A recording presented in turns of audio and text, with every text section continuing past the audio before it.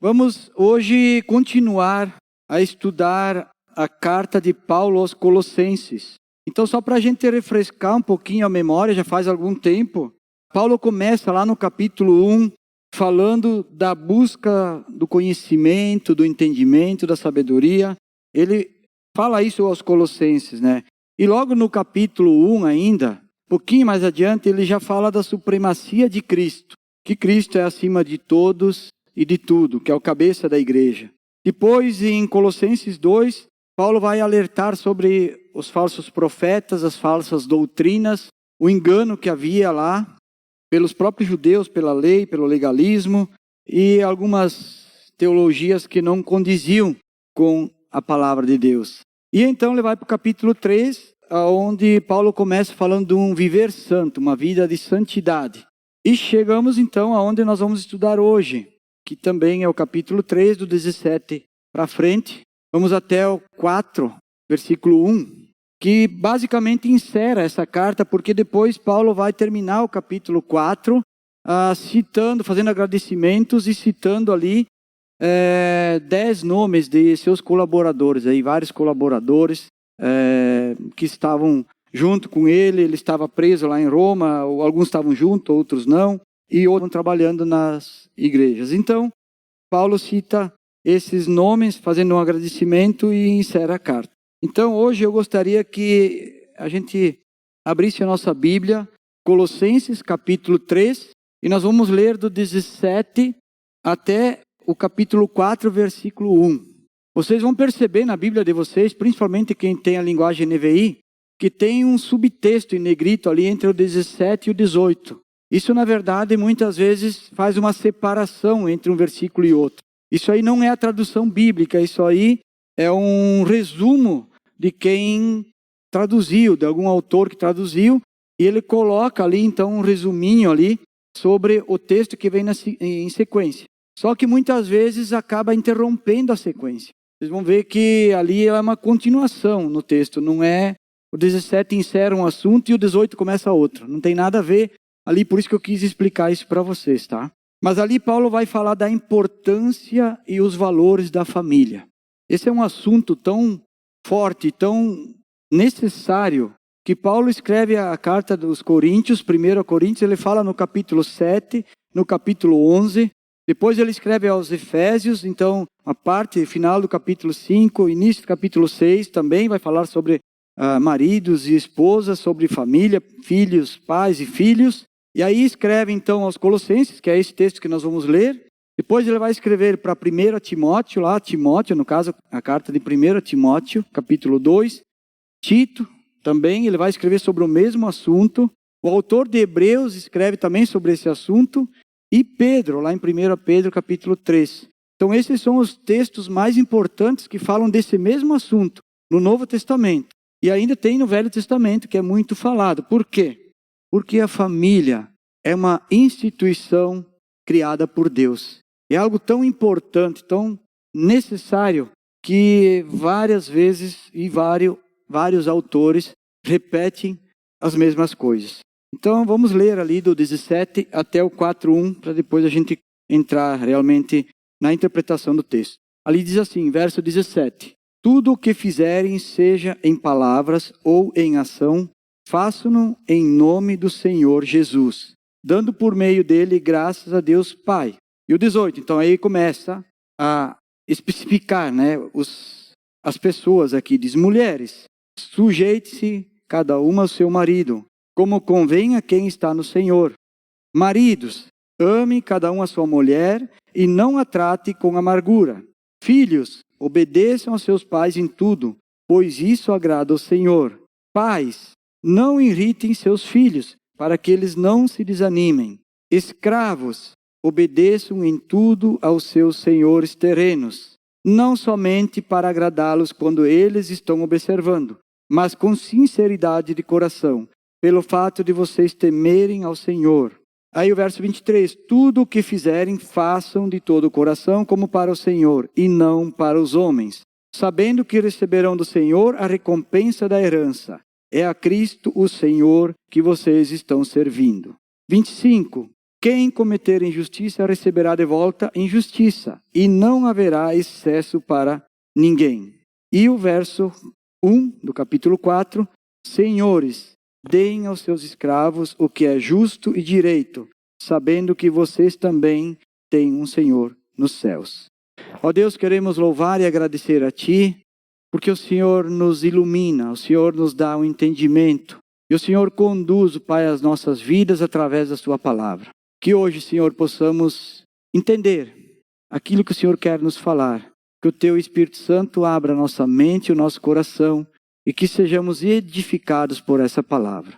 É isso que eu oro, em nome de Jesus Cristo. Amém. Então, primeiramente, são apenas 10 versículos, praticamente fácil de ser compreendidos, de serem entendidos, mas muito difícil de cumprir. São termos muito difíceis de cumprir. Por que é tão difícil a gente cumprir aquilo que é fácil de entender? Porque vai contra a cultura secularizada e os ensinamentos e as imposições do nosso mundo de hoje. Tanto na época de Paulo como em nossos dias, são assuntos polêmicos para ser tratado. E com certeza vocês concordam comigo. Tanto é que Paulo ele usa 2 versos aqui, no meio desses 10 versículos, que é o 17 e o 23, tão próximos e tão parecidos. Por quê? Olha o que Paulo quer dizer com esses 2 versículos. Ele diz, tudo o que fizerem, seja em palavras ou em ação, façam em nome do Senhor Jesus, dando por meio dele graças a Deus Pai. Esse é o 17. O verso 23 de Colossenses 3, Paulo vai dizer, tudo o que fizerem, façam de todo o coração como para o Senhor e não para os homens. Ou seja, praticamente a mesma coisa. No 17 ele fala e logo em seguida ele repete as mesmas coisas, né? Por que Paulo fala isso? Por que Paulo repete? Porque ele precisa estabelecer uma base sólida para tratar meia dúzia de ordenanças que vem a seguir. Paulo está procurando uma harmonia entre esse texto para poder exortar a família, para poder ensinar a família, entre maridos e esposa, entre pais e filhos, entre senhor e escravos, ou entre patrão e empregados. Então é nesse sentido que Paulo usa esses 2 versículos para formar essa base, essa harmonia que é necessário na família. Por isso ele estabelece 3 princípios que no final vão produzir o quê? Uma recompensa para aqueles que praticam. E mais do que isso, eles servirão também de base para uma perfeita harmonia familiar, que naquele tempo incluía o quê? Incluía muitos escravos. Naquele tempo de Paulo, haviam muitos escravos. Alguns moravam junto com os seus senhores, ou seja, eles faziam parte da mesma família. Muitos escravos moravam junto com os seus senhores.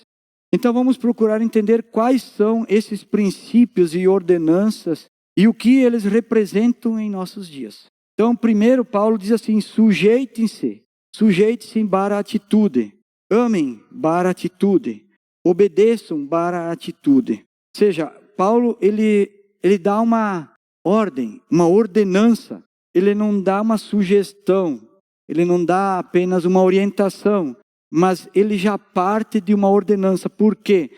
Ali é um imperativo, o verbo imperativo que diz sujeite-se cada uma a seu marido e ao mesmo tempo diz para o homem, amem a sua esposa, filhos obedeçam. Então já parte da atitude, já parte da ação de fazer. Por isso que é no verbo imperativo. Então a primeira ordem aqui começa pelas mulheres, perdão para as mulheres, né? Mas as mulheres são as primeiras vítimas aqui. Mas prestem bem atenção o que Paulo está falando para as mulheres. Ele diz, mulheres, sujeite-se cada uma a seu marido, como convém a quem está no Senhor. Então, primeiramente aqui Paulo está falando para mulheres cristãs, porque há uma condição junto a essa ordenança. Sujeite-se ao seu marido como convém a quem está no Senhor. E Senhor aqui é com letra maiúscula. É no Senhor Jesus. A mulher cristã, ela se submete a Cristo voluntariamente. Em amor, não por obrigação, mas sim porque o ama. E é dessa forma que Paulo fala aqui, ele diz, sujeite-se a seu marido, não por obrigação, mas porque você o ama. É dessa forma que Paulo quer ensinar. É exatamente o que ele diz no versículo 17 e 23, que eu quero repetir de novo para nós gravar esses versículos. Que ele diz, tudo que fizerem, sejam em palavras ou em ação, ou seja, em agir, né? Façam-no em nome do Senhor Jesus. E no 23 ele vai falar de novo, tudo o que fizerem, praticamente repetindo as mesmas coisas. Façam de todo o coração como para o Senhor. Então, primeiramente, é a Deus, é ao Senhor que a gente deve fazer. Primeiramente, essa é a base para tudo o que Paulo fala nessa carta aos Colossenses. Desde o início lá, Paulo está falando da supremacia de Cristo, lá no capítulo 1, e ele vai mantendo essa linha até o final da carta. Por isso que é em obediência ao Senhor. Mas Paulo diz, mulheres, sujeite-se cada uma ao seu marido. Sujeitar significa colocar-se debaixo, em submissão à sua proteção. A sua proteção. É como se o marido fosse um coberto, um telhado. Num dia de temporal, num dia de chuva, ele é o protetor da esposa. E ela se coloca debaixo dele, em sujeição a ele.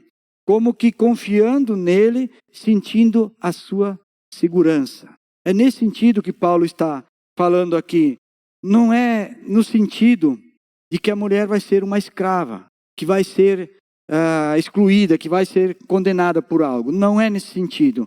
Sujeitar-se também significa andar na companhia dele, andar lado a lado, colocar-se no mesmo jugo, na mesma canga, como se diz, jugo é uma canga, né? Então, é andar lado a lado, juntos. Sujeitar-se, aqui Paulo está dizendo também, significa que a mulher não deve sujeitar-se a outro homem, mas sim ao seu marido. É nesse sentido também. Segundo ponto que Paulo coloca aqui, sujeitar-se significa cooperar com o marido. A mulher, assim como o homem, são membros do mesmo corpo de Cristo, é o que ele vem tratando, né? Os membros cooperam uns com os outros.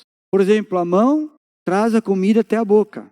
O nariz, ele puxa o ar para os pulmões. E assim, consequentemente, os órgãos do corpo, eles ajudam uns aos outros, eles cooperam para o bem do corpo. É nesse sentido que Paulo está dizendo aqui.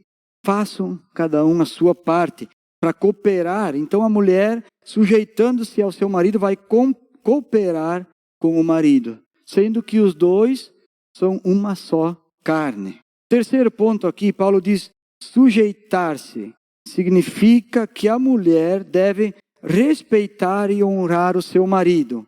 Em Efésios capítulo 5, verso 33b, a mulher trate o marido com todo o respeito. Aqui Paulo está dizendo que a mulher deve tratar o marido com todo o respeito. É só a segunda parte, né? A esposa trata o marido com todo o respeito. Aqui fala a mulher, ali fala a esposa, né? Eu sei que isso é complicado. Eu sei que é muito complicado. Deixa eu ilustrar isso. Às vezes a mulher, ela se esgota, ela se estressa com o marido, né? E aí, diante das pessoas, às vezes dos parentes, dos amigos, a mulher faz algumas críticas. Ela faz ele ser envergonhado na frente das pessoas. E é isso que Paulo está dizendo para que a mulher honre, respeite o seu marido, porque ele está sendo exposto e isso fica ruim. Nesse caso, por que a mulher age dessa forma? Porque ela está descontente, está às vezes revoltada, entristecida, e ela não está de fato honrando primeiro ao Senhor Deus, ao Senhor Jesus. Por isso que ela vai desonrar o próprio marido. Outro exemplo de sujeição é quando há coisas para decidir. Mulher e marido têm um negócio para fazer, tem uma decisão importante. Então a mulher dá a sua opinião, o seu conselho, deve fazer isso, mas o marido toma a decisão ao contrário, que geralmente é isso que acontece, né? Aí o marido ele tem autoridade para isso, com certeza. E a mulher deve sim sujeitar-se a ele, deixar que ele tome a decisão final. Porque a consequência, se houver, vai ser a responsabilidade dele. Ah, eu sei. Mas você vai dizer, mas a mulher vai sofrer junto. O marido vai fazer um negócio, vai ter um prejuízo, todo mundo vai passar necessidade e a mulher vai sofrer junto. É verdade, é verdade. Mas da mesma forma, se a mulher der um conselho e o marido seguir o conselho dela e der errado, ele também vai sofrer junto, entende? É para os dois lados. Ele também vai sofrer as consequências daquela decisão.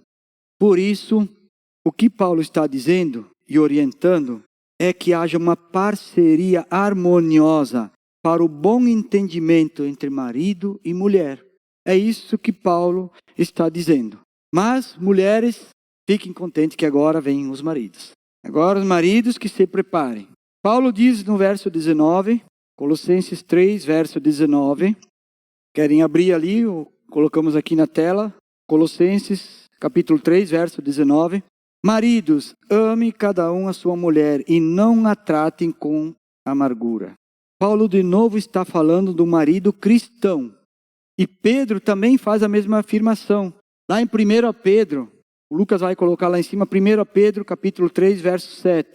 Diz assim, do mesmo modo, vocês maridos, sejam sábios no convívio com as suas mulheres e tratem-nas com honra como parte mais frágil e coerdeiras do dom da graça da vida, de forma que não sejam interrompidas suas orações. Então as mulheres são coerdeiras do dom da graça da vida. Elas têm o mesmo dom da salvação, para que não sejam interrompidas as vossas orações.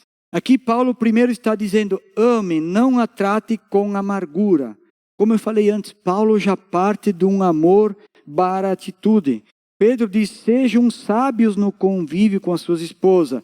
Também é um amor para atitude, é agir com sabedoria. E ainda Pedro vai falar, trate-a com honra, como parte mais frágil. Amor para atitude. Ou seja, todos os versículos aqui, eles dão a ideia que é para o marido fazer essas coisas. Agir dessa forma, tratar dessa forma. Mas em Efésios 5, 25, essa carta de Efésios ela é muito parecida com a de Colossenses, quando trata de muitos assuntos aí. Tanto que Paulo escreveu a carta de Efésios, Colossenses, Filipenses e Filemão, tudo ao mesmo tempo. Lá quando ele estava preso em Roma, na primeira vez que ele foi preso. Então Efésios, Paulo vai falar de novo ao coração do homem. Lá no profundo agora, ele diz assim, maridos, ame cada um a sua mulher, ou a sua esposa, deve estar aí, né? Assim como Cristo amou a igreja e se entregou por ela. Olha como isso é profundo. Paulo está deixando claro sobre o exemplo de amor a ser seguido. O exemplo de amor aqui é o exemplo de Jesus Cristo, que literalmente morreu pela sua noiva, pela igreja. É isso que Paulo está dizendo. É esse tipo de amor. Ele diz, é esse amor que você, marido, deve amar a sua esposa. É com esse amor. É muito forte isso para os homens, para os maridos. Mas se o marido é um perverso, como é que fica essa situação? Quando o marido não a respeita, não é parceiro, não ajuda, não a protege, não é o líder da casa, não é o pai que dá bom exemplo, não se submete a Deus, então ele vai contra os princípios, as ordenanças de Cristo, que é o cabeça do homem. Como Paulo diz lá em 1 Coríntios, verso 3. 1 Coríntios, capítulo 11, verso 3. Paulo vai dizer, quero porém que entendam que o cabeça de todo homem é Cristo, e o cabeça da mulher é o homem, e o cabeça de Cristo é Deus. É tão claro, não tem como a gente errar, não tem como a gente não entender isso. O cabeça da mulher é o homem, mas desde que ele esteja submisso a Cristo. É isso que Paulo está dizendo, desde que ele tenha uma autoridade acima dele, que é o próprio Senhor Jesus Cristo. Senão ele está se pervertendo, ele não está debaixo das ordenanças de Deus. Então a mulher, sim, ela deve ser submissa ao seu marido, ela deve sujeitar-se, mas primeiro ela deve obedecer a Cristo, a Deus. Então se o marido é perverso, ela não está mais sujeita a obedecer ao marido, porque ela vai contra a vontade de Deus, vai pecar contra Deus. Bem, mas quando Paulo diz, ame a sua mulher assim como Cristo amou a igreja e se entregou por ela, ou seja, morreu por ela, Paulo não está falando para nós no sentido literal, dizendo assim, marido, morra por tua esposa. Não é isso que Paulo está dizendo, até porque isso não vai trazer benefício nenhum, né? Vai dar só prejuízo. E o marido, ele é o provedor da casa, então se ele morrer, não vai ser muito legal, né, para a mulher. Mas sim, ele está falando no sentido de abrir mão de alguns direitos. Exemplo, de alguns vícios, dos maus hábitos, dos prazeres, abrir mão do egoísmo, abrir mão da preguiça, da vaidade, de coisas que eu podia e fazia antes, mas que agora não convém mais fazê-las. Agora não tem por que eu continuar fazendo as mesmas coisas que eu fazia até que eu não tinha um compromisso de amar a minha esposa como Cristo amou a igreja. Antes do casamento eu fazia o que eu queria, né? Tipo assim, eu tinha comida pronta, roupa lavada, cama arrumada, tudo limpinho, né? A mamãe cuidava de tudo, tanto para o homem como para a mulher, né? A mamãe cuidava de tudo, então eu podia viver uma vida tranquila. Mas agora as coisas são diferentes. Agora as coisas mudaram, agora eu preciso ser parceiro, eu preciso ter um companheirismo com a minha esposa, eu preciso de uma entrega, de amizade, de abrir mão, o amor de comprometimento que só tem quem se torna uma só carne. Como é que funciona? Quando somos uma só carne, quando um sofre, os dois sofrem. Quando um se alegra, os dois se alegram. É nesse sentido que eu preciso abrir mão das coisas que antes eu podia fazer e que hoje não agradam mais a minha esposa. Entretanto, por que muitos casamentos ou muitas famílias hoje são disfuncionais? Primeiro, porque as mulheres não são submissas aos seus maridos. Não se submetem ao que a Bíblia ordena, porque não entendem e acham que ser submissa é ser escrava, ser dominada, rebaixada ou menosprezada. Não é isso que a Bíblia diz. Não é isso que Paulo está falando. O que a palavra diz é que a mulher deve ser tratada com todo o respeito. É isso que a palavra diz. É isso que a Bíblia diz. Segundo, a mulher hoje busca por igualdade e até mesmo às vezes uma posição acima do homem. Não aceita a submissão. Sendo que a submissão não a proíbe de ser importante, não a proíbe de ser um líder, uma líder no seu trabalho, ou até mesmo na comunidade, não a impede de exercer uma profissão de destaque, mas, porém, sempre com o consentimento e aprovação do seu marido. Portanto, a mulher em casa e junto com o seu marido, ela é companheira, auxiliadora e deve sujeitar-se a Cristo e ao seu marido, conforme Pedro diz lá em 1 Pedro, capítulo 3, verso 1. Vamos ler ali, 1 Pedro, capítulo 3, verso 1. Do mesmo modo, mulheres ou esposas, sujeitem-se cada uma a seu marido, a fim de que, se ele não obedece à palavra, seja ganho sem palavras pelo procedimento de sua mulher. Aqui Pedro está falando quando a mulher se converte e o marido não. Hoje existe muito isso. Às vezes um aceita a Cristo e o outro não. Então aqui Pedro está dizendo, mulher, se você se submeter, se você der um bom testemunho, se você for fiel a Cristo, você pode ganhar o seu marido com o seu testemunho. Também é diferente daquela esposa que é casada com um marido cristão e que não obedece a Deus. É totalmente diferente. Aqui é outra situação. Mas nesse caso ainda há uma ordenança bíblica para que a mulher sujeite-se ao seu marido. Mas de novo, desde que isso, ela não tenha que desobedecer a Deus para poder cumprir isso. Se ela tiver que desobedecer a Deus, então ela está em pecado. E o terceiro ponto, que as famílias hoje são disfuncionais. Por quê?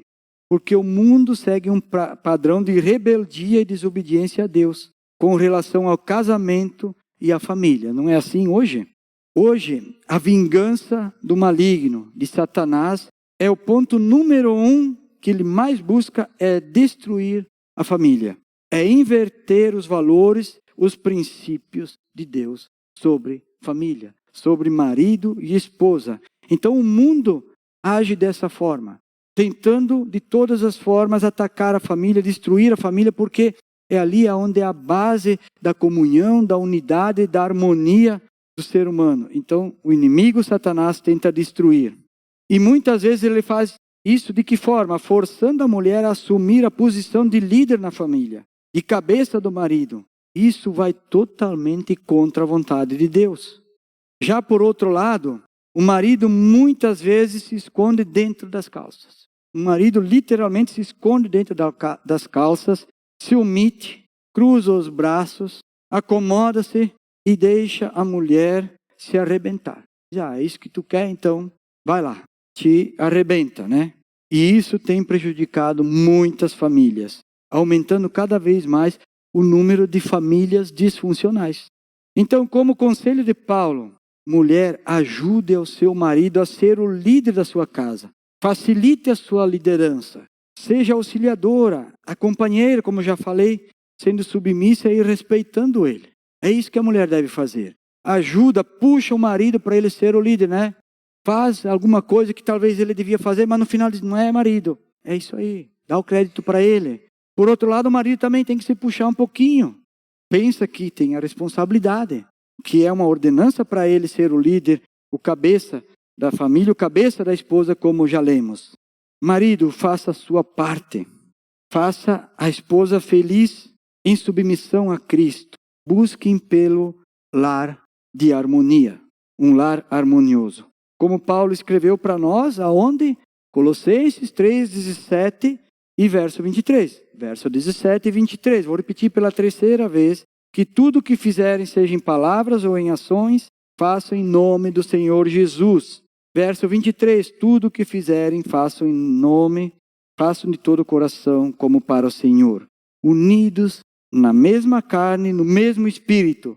Estas são as ordenanças para maridos e mulheres. Então, esse é o ponto forte que Paulo usa para ensinar sobre o casamento. Agora vem o terceiro e quarto ponto. Vocês lembram que eu falei que eram 6 ordenanças? Agora vem a terceira e quarta ordenança. Com relação a filhos e aos pais. Começa pelos filhos. No verso 20. Colossenses 3, verso 20. Diz assim. Filhos, obedeçam aos seus pais em tudo, pois isso agrada ao Senhor. Obedeçam aos seus pais em tudo, pois isso agrada ao Senhor. Paulo se dirige a jovens, adolescentes, pré-adolescentes, e eu creio que crianças a partir de 5 anos de idade, 5, 6, 7, 8, que já entendem muita coisa, que já entendem até mesmo a palavra de Deus. Tem crianças com 5 anos ou 6 anos de idade já se converteram a Cristo. Então ele já entende muito o ensinamento. Aqui de novo, Paulo está falando sobre a submissão e obediência com base no Senhor. De novo, ele está dizendo, obedeçam aos seus pais em tudo, pois isso agrada ao Senhor. Sempre com base no Senhor. Efésios, capítulo 6, do 1 a 3. Paulo vai falar a mesma coisa, um pouco mais claro. Efésios 6, do verso 1 ao 3. Ele diz assim, verso 1. Filhos, obedeçam aos seus pais no Senhor, pois isso é justo. Verso 2. Honra o teu pai e tua mãe. Este é o primeiro mandamento com promessa. Este é o primeiro mandamento da ordem familiar. É um mandamento com promessa. No verso 3 vem a promessa. Para que tudo te corra bem e tenha longa vida sobre a terra. Essa é a promessa que Paulo diz. Obedeça aos seus pais como convém. Por quê? Tem uma promessa. Para que tudo te vá bem e tenha vida longa na terra. Que você viva bastante. Hoje nós estamos vivendo uma época de uma psicologia moderna. Nas escolas, nas faculdades, na mídia e nas próprias famílias. Onde os filhos não podem ser contrariados. Os filhos não podem ser contrariados. Os filhos não aceitam limites. Não se colocam debaixo de nenhuma autoridade. Como nós falamos, obedeçam seus pais como convém no Senhor, debaixo da autoridade do Pai e do Senhor.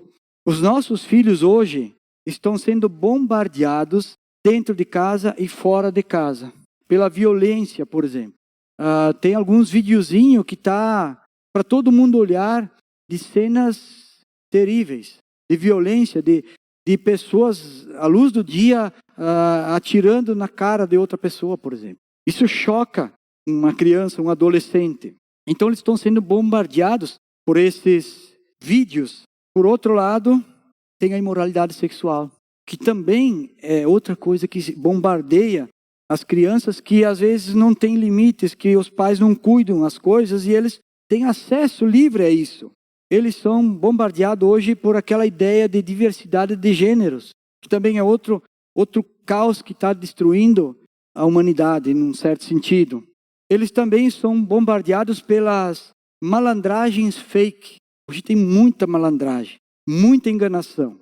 Mas eles veem tudo isso na televisão, nas redes sociais, pelos influenciadores que causam esse tipo de situação. E por toda a forma de desconstrução dos princípios e valores da família.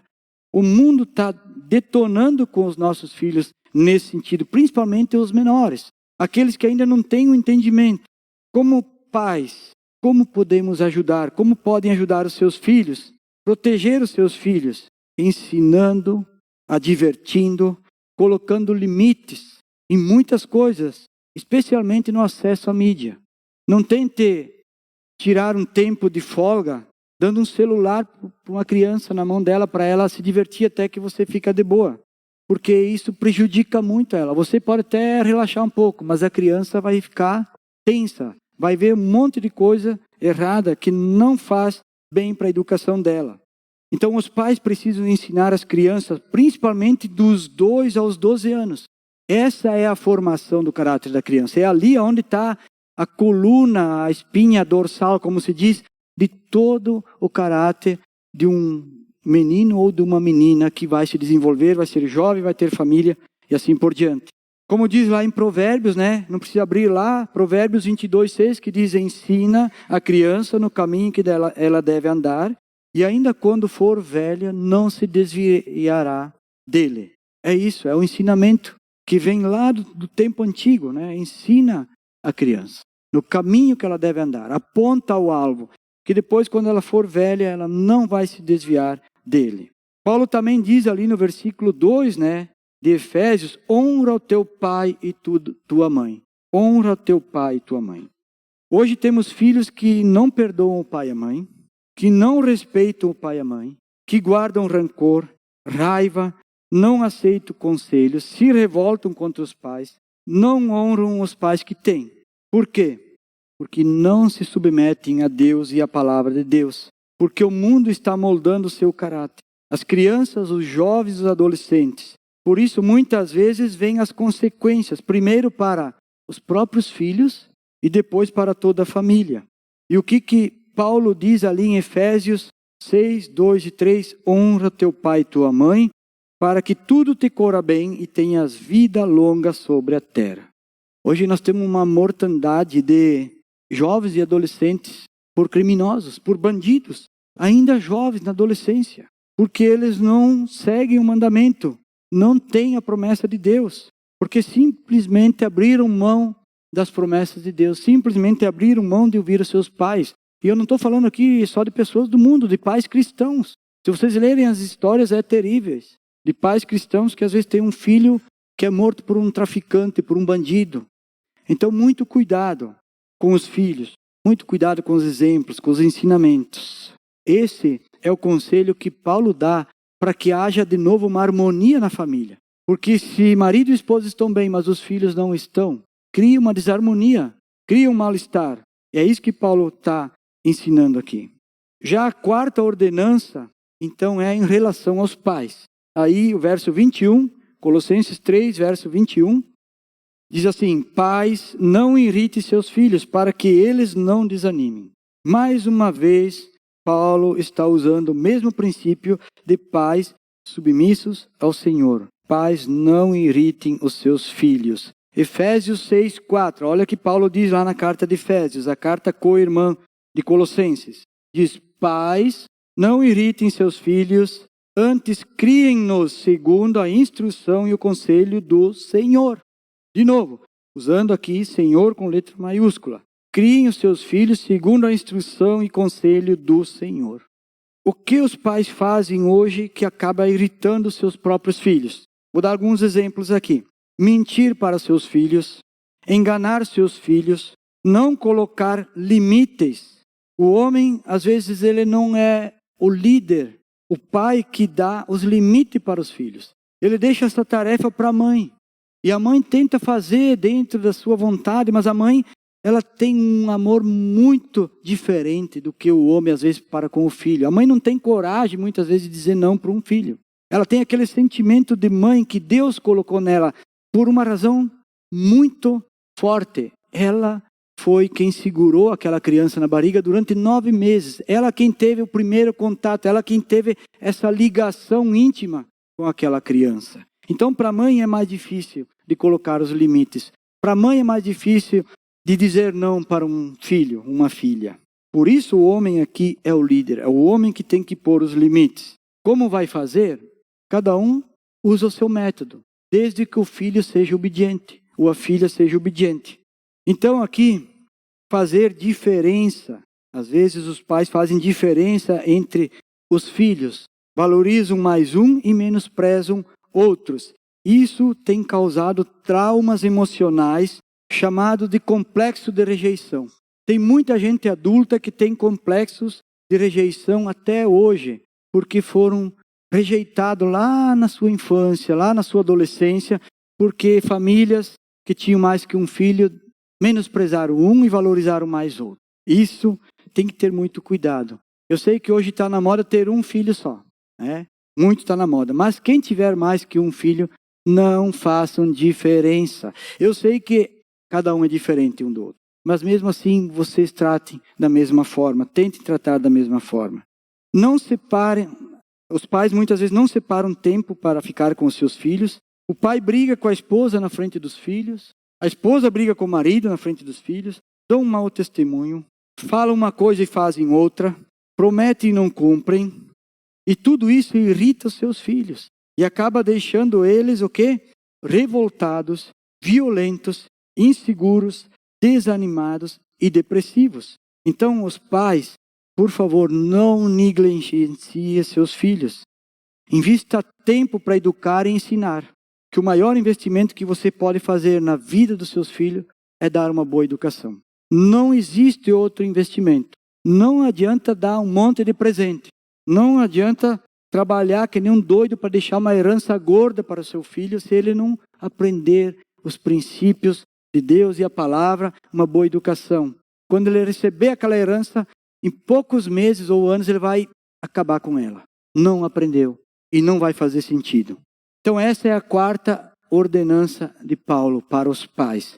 A 5ª ordenança de Paulo é para os escravos ou os empregados. Então nós vamos ler o verso 22, Colossenses 3, verso 22.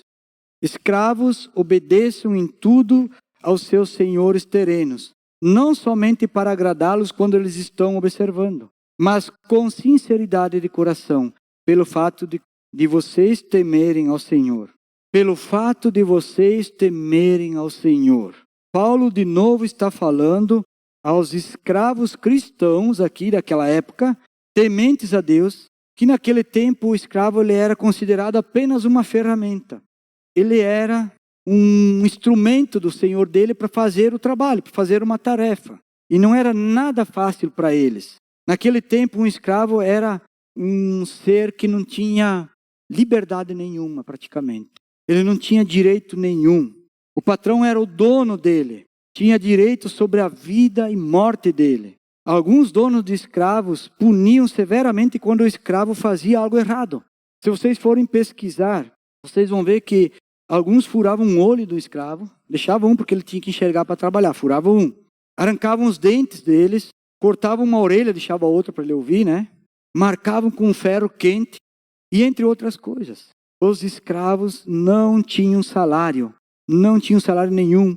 E muitos continuavam sendo escravos a vida toda, até porque se eles tivessem salário, eles iam ter dinheiro para comprar a própria liberdade deles. Por isso mesmo que eles não tinham nenhum salário. Então, muitos se revoltavam e buscavam por vingança. O que eles faziam? Eles quebravam as coisas do patrão, roubavam, matavam animais e até mesmo, se possível, eles envenenavam o patrão. na água, na comida, e isso tudo às escondidas. Por isso que Paulo diz, obedeçam aos seus senhores terrenos, não somente quando eles estão observando, não somente quando eles estão olhando. Paulo queria que eles tivessem um respeito aos seus senhores, que eles fossem bem educados, que eles fizessem aquilo como testemunho, que eles não se vingassem, mesmo que eles sofreram as punições, que eles não se vingassem. Efésios 6:8, Paulo vai dizer, porque vocês sabem que o Senhor recompensará cada um pelo bem que praticar, seja escravo ou seja livre. Ou seja, eles receberiam uma recompensa do Senhor. O Senhor vai recompensar. Havia uma recompensa que poderia ser ainda na terra ou podia ser para a eternidade. Existiam escravos também que eram bem-sucedidos, que eram respeitados. Vocês vão lembrar que Eliezer, aquele escravo de Abraão, ele era honrado, ao mesmo tempo que outros eram totalmente desonrados. Mas alguns escravos se tornavam mordomos dos seus senhores. Faziam o seu trabalho com excelência e eram vistos. Eram dessa forma reconhecidos e tinham a oportunidade de melhorar e por isso moravam junto com o seu senhor. Mas o problema é que o escravo, ele já ia a servir o seu patrão, o seu senhor, com a cabeça de que ele era um escravo. Que ele ia sofrer, que ele ia ter problema e ele não tinha o pensamento que ele podia ser melhor, para não sofrer aquilo que estava reservado para ele. Então existia essa diferença naquele tempo. Hoje, porém, pela graça de Deus, existe apenas uma escravidão moderna. Tá? Se vocês pesquisarem, vão encontrar lá, que atinge uma minoria da população, talvez nem 10%.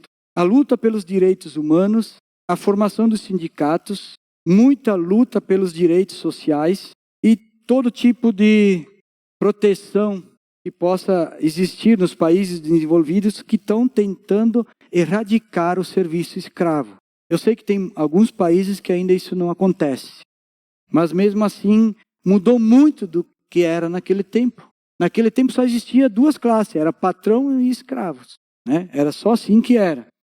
Então hoje está sendo diferente. Mas em contrapartida, qual é a qualidade da mão de obra hoje? Do trabalho hoje?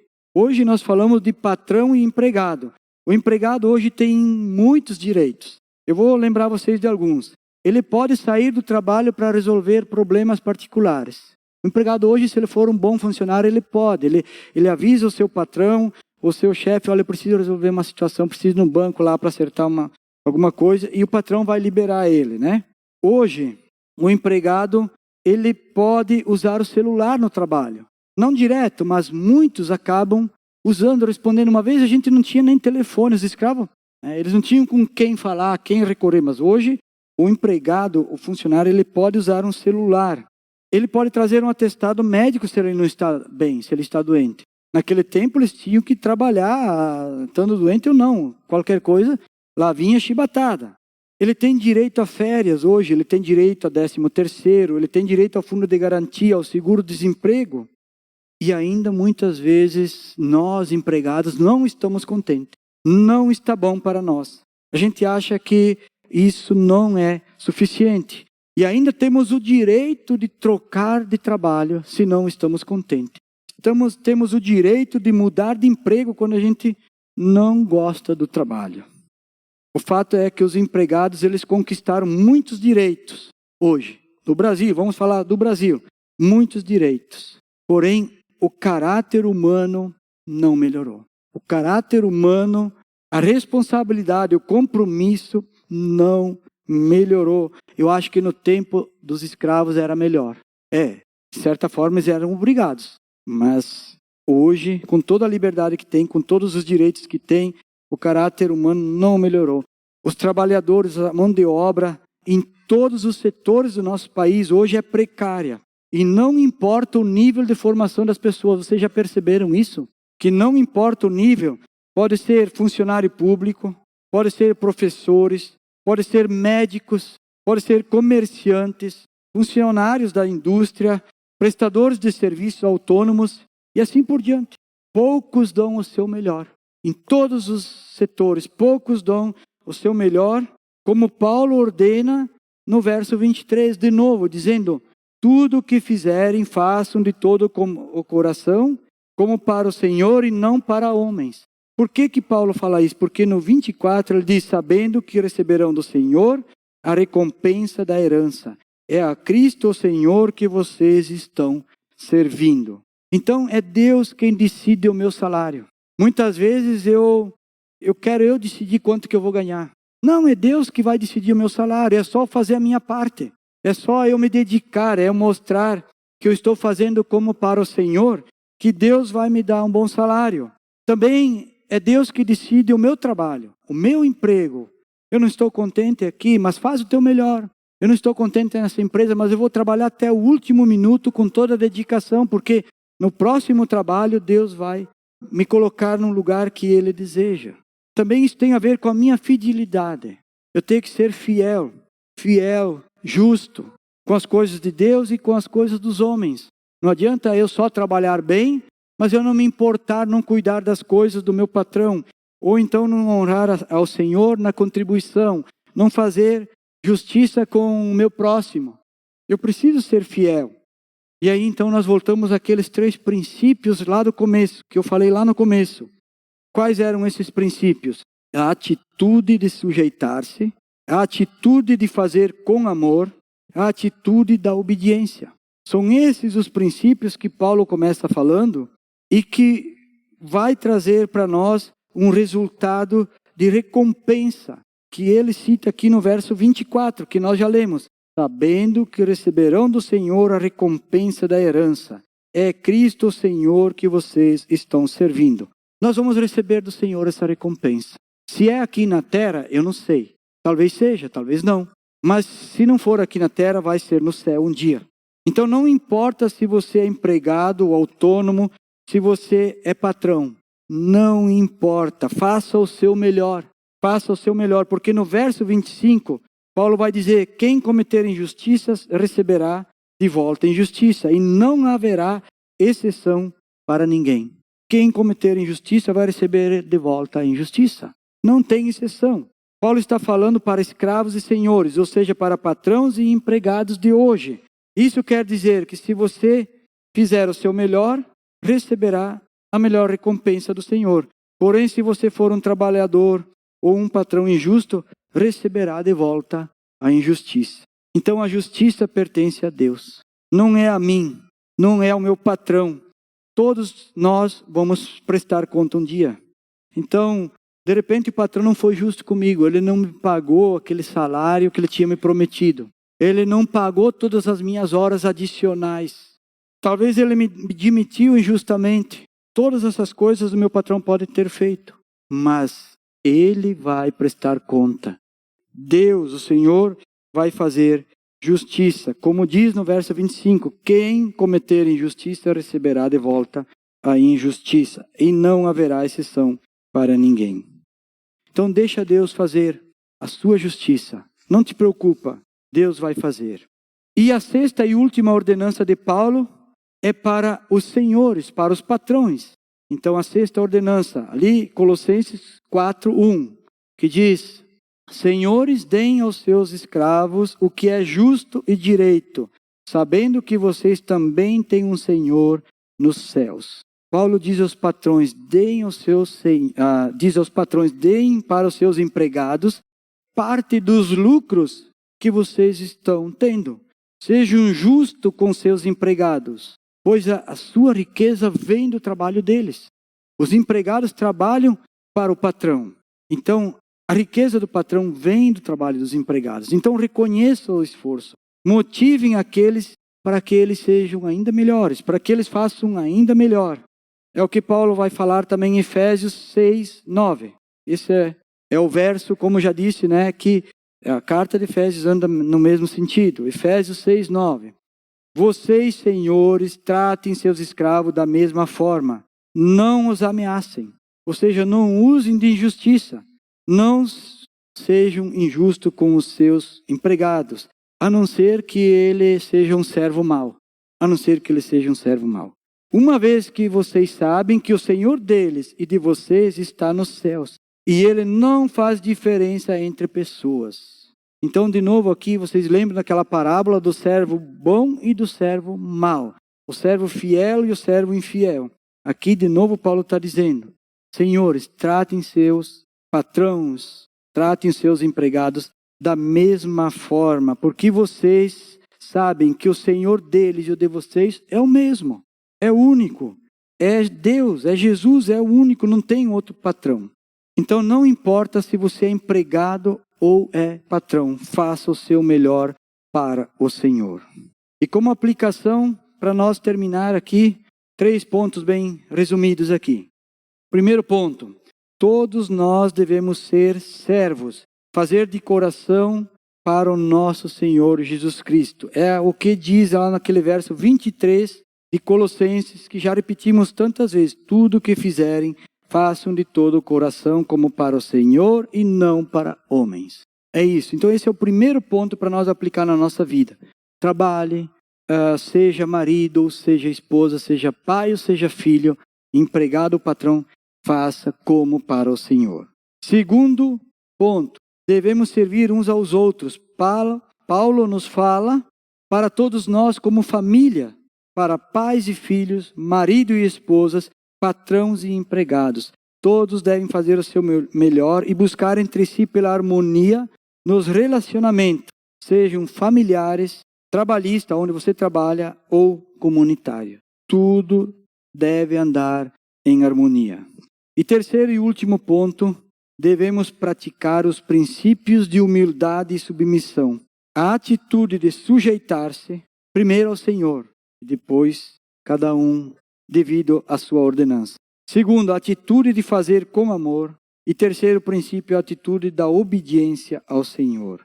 E o resultado dessa obediência, a recompensa desses princípios, é o verso 24.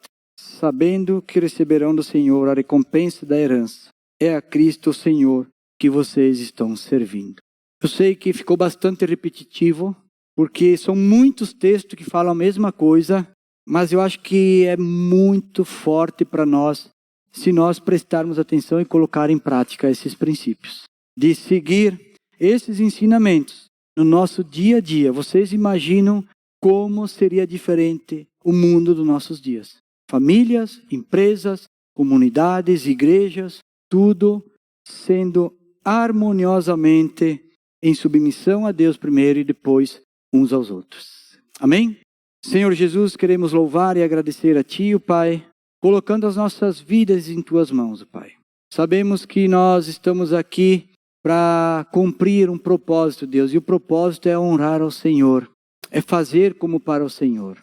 Deus, trabalha em nosso coração, em nossa mente, transforma o nosso caráter, o nosso pensamento, dá entendimento e sabedoria para que a gente possa aplicar a Tua palavra, que é tão rica e preciosa, Pai, para os nossos dias.